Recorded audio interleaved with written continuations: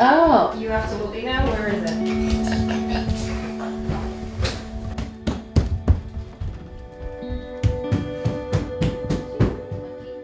Our story is a deeply personal one. It can be difficult to talk about it sometimes just because we're talking about, the joy of our lives. So when Brian and I found out that we were pregnant, we were thrilled. And we'd also planned to take a little time away. So the typical baby moon that parents go through, first-time parents go through. We decided to go down to the U.S. Virgin Islands, and before we went, we had one last checkup. Doctors, everything's great. We come back on a Monday night. Her cramping became worse. Her spotting was more pronounced, and it was clear that something was wrong. Brian and I went into the doctor's office, just thought it would be hopefully just a normal checkup. He takes one look at her. He says, "You're having a miscarriage."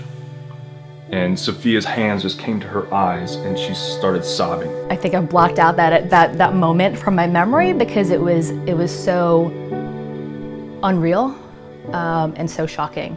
This didn't make sense because we were so healthy. So he told us to get to the hospital as soon as we could.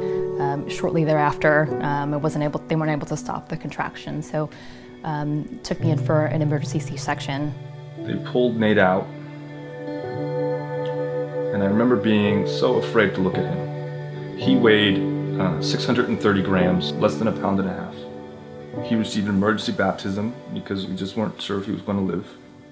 I was 23 weeks pregnant exactly when I delivered. We had talked about decisions we might have to make.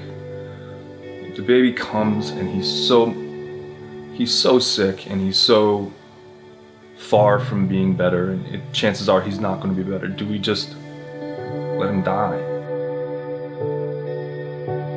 The NICU was just a brand new experience for us, but it was going to be an incredibly long road.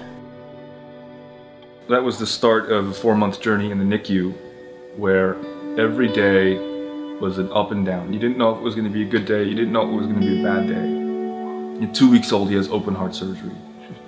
And he couldn't breathe on his own, so he was hooked up to everything you can imagine. We tried to be as positive as possible, but in that room, in the NICU, it is so hard to be positive. When you're in there, you're all alone. Thankfully, through some close family friends, we were connected with Sarah at the March of Dimes, and she was just an amazing resource. I can't tell you how valuable she was during this experience. Whether just be coming over to see how we were that day or asking if we needed anything. Had Sarah not been there, would our son still be alive? Probably. Would we be as mentally healthy as we are today? Probably not. I think also what we really appreciated was the community of parents going through the same situation. So when Sophia was admitted to the hospital, when the doctors came in to give her medication, they said, "We need to give you a steroid or this medication that will hasten your son's lung development so that in case he does come out, his lungs are stronger than they normally would be." And that's a drug called surfactant. The research that developed surfactant was funded by the March of Dimes. And so without that research, I don't care to guess what would happen. It doesn't matter who you are. The human body is the human body. It can happen to anyone.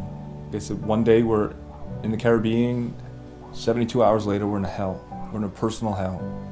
The March of Dimes is an organization that is dedicated to trying to minimize the number of people who go through that experience.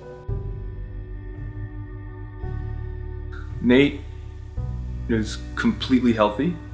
Nate looks and acts and is a completely healthy little boy. He's full of life. He is so curious about everything. It's like the little boy from Jerry Maguire, the human head weighs 8 pounds. Like, that's our son. Since then, he's developed tremendously, and looking at him today, you would just never even know that he had such a harrowing experience as a brand new baby. He's the son that I always wanted and more.